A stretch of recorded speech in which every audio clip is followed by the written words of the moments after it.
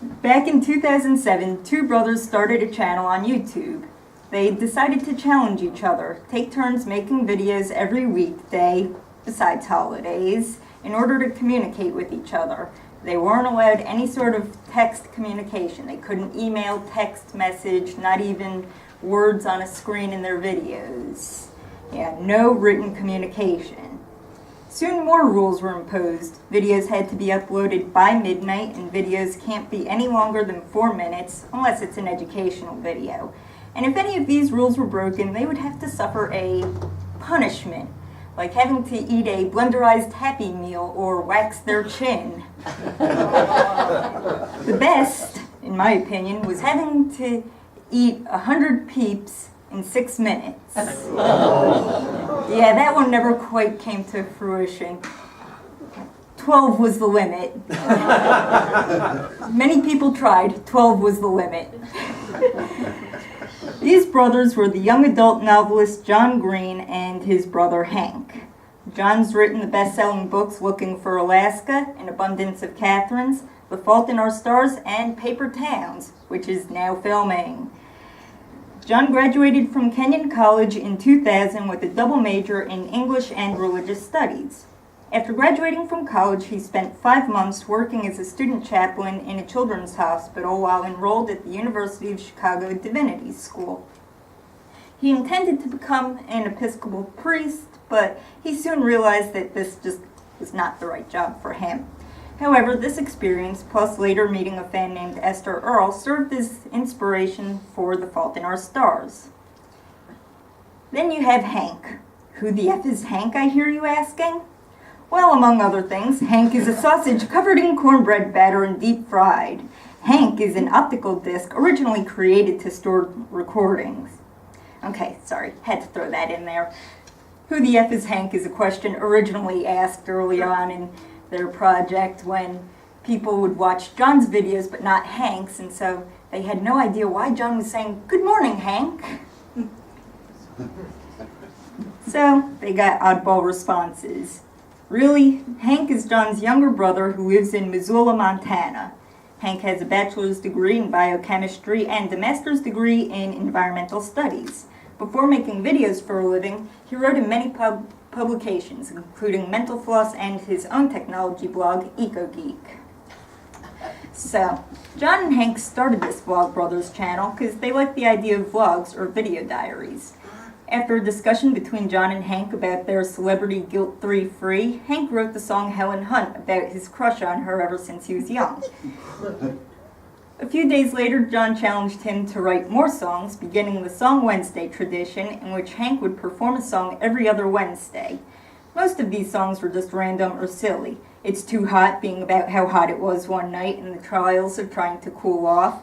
I'm Going to Kill You, about random little annoyances that build up until you just want to kill the person causing the offenses, such as the customer who comes into the express lane with way too many things, quibbles over small price differences, and then sends their spouse to find something that they forgot. He says, "Normally I'm a nice guy, but I'm gonna kill ya."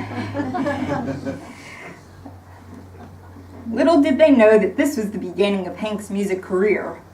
The true beginning of his success was the song Accio Deathly Hallows, written the week before the release of the 7th Harry Potter book, about how all the fans just want the book already. He likes to joke that this is the song that made him famous, as it's the song that landed the Vlog Brothers on the front page of YouTube, helping to increase their viewership.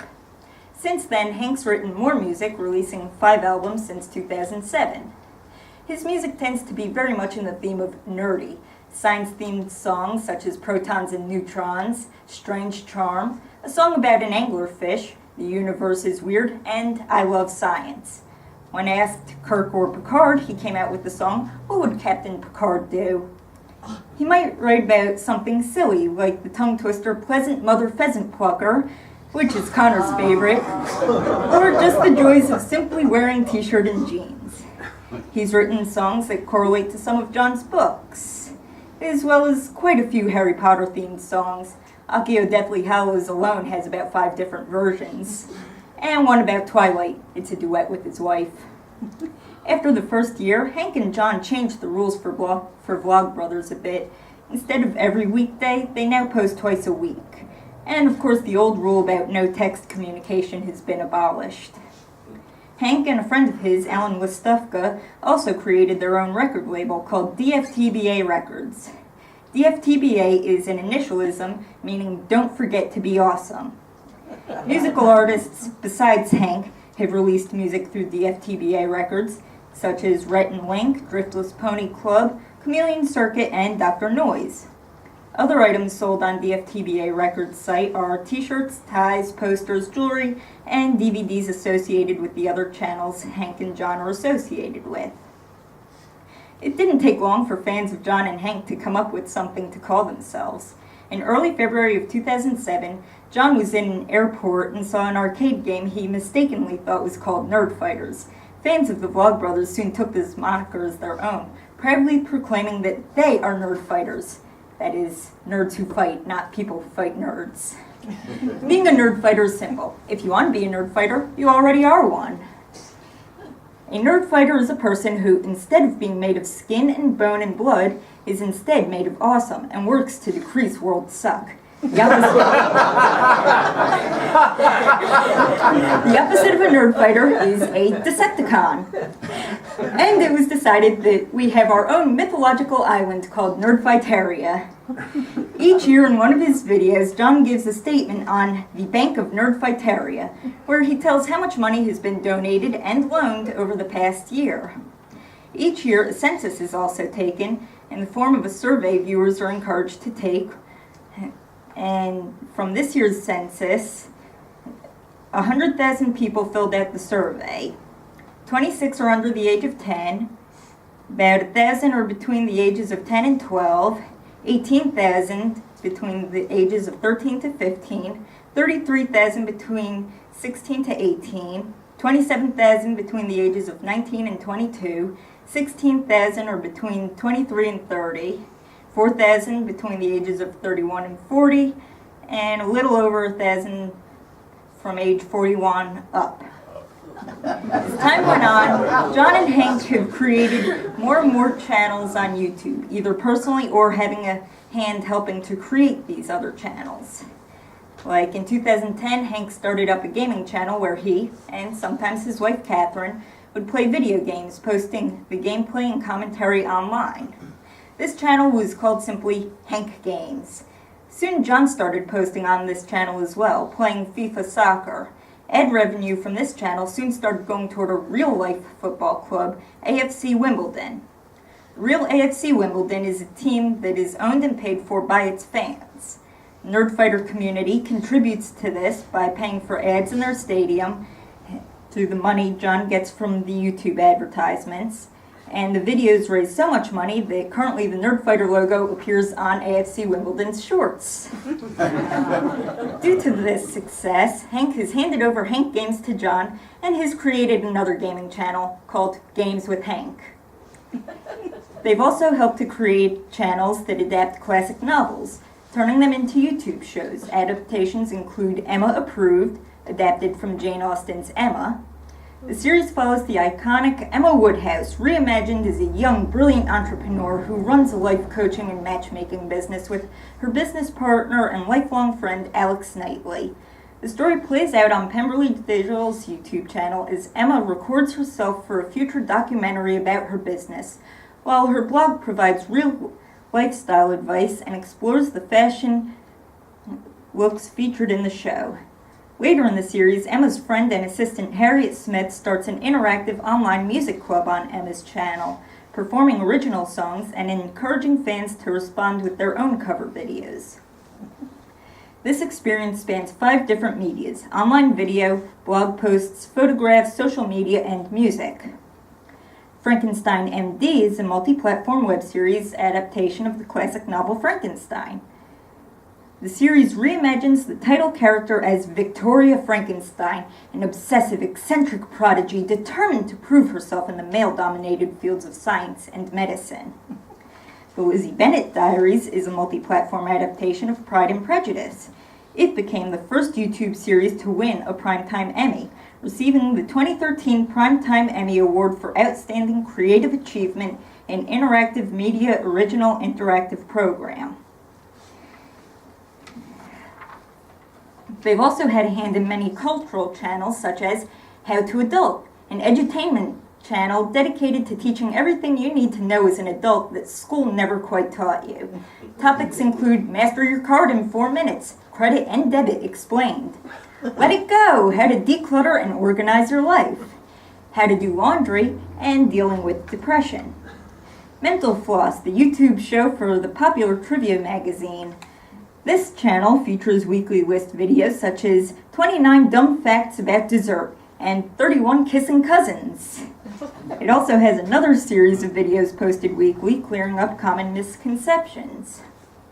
The Art Assignment. This is a weekly video series produced by PBS Digital Studios and hosted by curator Sarah Ernst Green, who is John Green's wife, and John Green. The weekly episodes feature artists from across the U.S. who create assignments for their viewers to complete and share. Such assignments include looking at your house and a friend's house on a map and drawing a line straight from one to the other, then finding the exact middle point on that line. This middle point is where you and your friend will meet for lunch. I don't care if it's in the middle of a river or up a tree. That is where you meet for lunch. Or you might go dumpster diving for a piece of wood, like plywood, paint it, then take your favorite shoes and walk across this painted wood until you think it's cool. A major part of this channel is making it so that art is not seen as something scary that only a select few can be good at, but rather seeing it as being all around you and something that you can interact with. They've also had a huge hand in hosting and supporting educational channels such as Crash Course.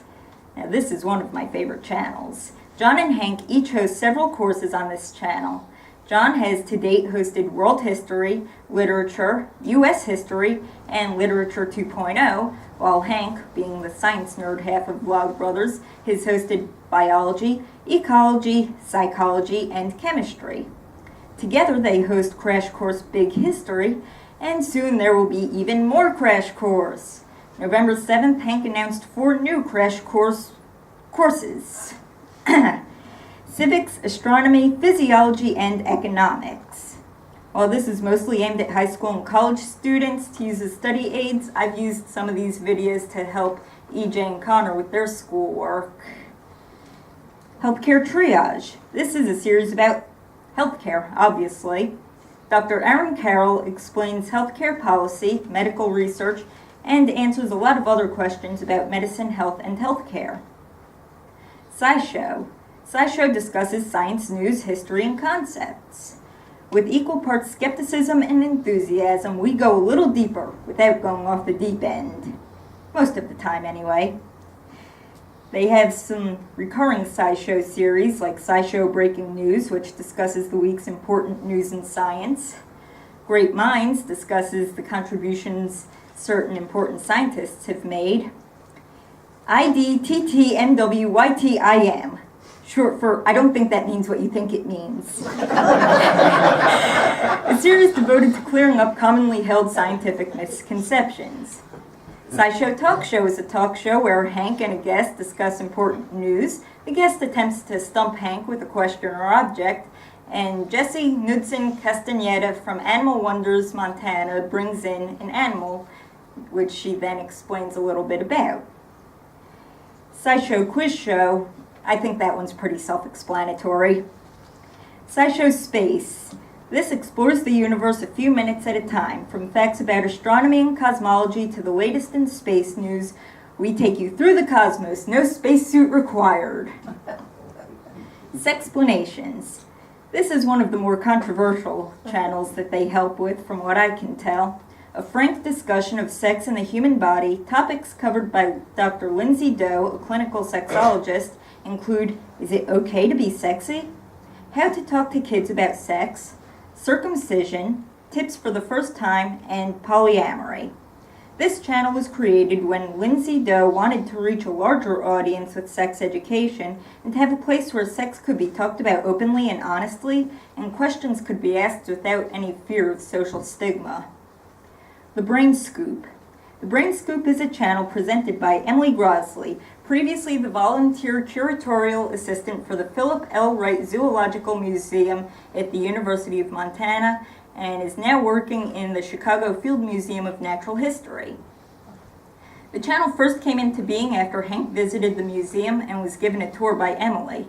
In Hank's words, he saw her enthusiasm and how comfortable she was on camera and the depth of her knowledge, and also got a lot of comments from people telling me to make her have her own YouTube show. From Emily's enthusiasm about classifying animal skeletons to skinning a wolf that was given to the museum, Emily shows what all goes into the behind-the-scenes stuff at a zoological museum. In fact, it's due to this channel that she got the job of Chief Curiosities Correspondent, a title made up just for her at the Chicago Field Museum. Remember how I said that educational videos are exempt from the 4-minute rule? Yes, so every so often the Brothers Green make a video trying to help us understand what's going on in the world. Last month, Hank made a video explaining about the protests in Hong Kong, what was going on, the history behind Hong Kong's government, and what the citizens hoped would change. In April, John discussed the ongoing war in Central African Republic and how complex news stories that don't meet our expectations can go ignored, even when they're very important. They do this because they believe strongly that young people need to know and understand what's going on in the world, especially since it can be very difficult to find good, unbiased information.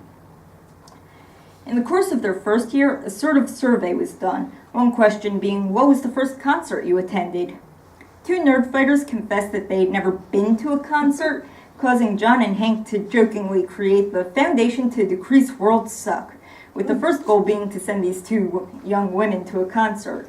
But since then, this foundation has become a real nonprofit in the state of Montana, and John and Hank hold a yearly Project for Awesome, or P4A, a 48-hour live stream and community-driven charitable movement on YouTube that occurs in December each year.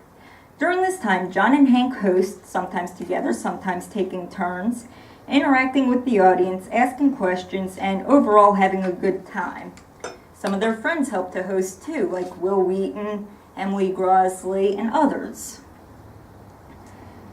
YouTube users upload videos promoting a charity they feel invested in, such as UNICEF, the ASPCA, or Toys for Tots. Viewers comment, with John donating a penny for every comment made on featured videos, alongside an Indiegogo campaign where you can purchase perks such as a sneak peek of John's newest book, or a signed copy of one of the ones he's already published, a calendar of the men of YouTube and the women of YouTube, and more. In 2010, the Project for Awesome raised $140,000, while in 2013, it raised $869,591. So it was decided that this would be split among 10 charities that viewers voted upon. The 10 charities that received $50,000 each this year are the Harry Potter Alliance, which fights inequality and illiteracy, This Star Won't Go Out, the organization set up in memory of Esther Earl, a nerdfighter that passed away in August 2010 at the age of 16, that provides direct support to families of kids with cancer. Not Forgotten, they house, feed, and educate children in Peru. Save the Children, which works around the world to fight poverty and disease. Liberty in North Korea, which is one of those organizations that helpfully puts their mission statement right there in the name. Child's Play, which provides gaming systems to kids in children's hospitals. 2 different water charities, the Thirst Project and Water.org. Partners for Mental Health, another one of those organizations that tells you what it does in its name. And TECO, which I'm probably mispronouncing, an organization that mobilizes young people, including a group of nerdfighters in Argentina, to build houses for people living in poverty around Latin America. Nerdfighteria also has a large group on Kiva.org, a microfinancing site. If you've never heard of Kiva, what happens is this. You sign up with an account and you find people who are trying to start or run a small business, like perhaps a woman in Samoa who runs a small tailoring business in her town. She'd like to buy materials and other things required for running her business, but there's no traditional bank near her to loan her the $4,200 that she needs. So this is where Kiva and those who use it come in. You loan as little as $25, and others also do the same, and she pledges to pay the loan back within, say, 14 months, making monthly payments. The Nerdfighter Kiva team has 47,500 members and has loaned $4.7 million since 2008. In addition to this, for John's birthday, donations were made in John's name to Heifer International, enough to buy 174.3 llamas for families in need. During the World Cup, John encouraged donations for sarcoma research, raising over $90,000, and an additional fundraiser for Water.org's work in Ethiopia raised over $300,000 this year. Input from their fans is also very important to John and Hank. They love reading the comments to know what people like or don't like about a particular video, or just to have conversations with the fans. Interactions on social media like Twitter and Tumblr also play a role in their interaction with Nerdfighters. When Hank was recording his new album with his band, he asked his Twitter followers if he released both a clean and explicit version, which would we buy? Many parents said clean so that they could listen to it with their kids in the car, so both versions were released.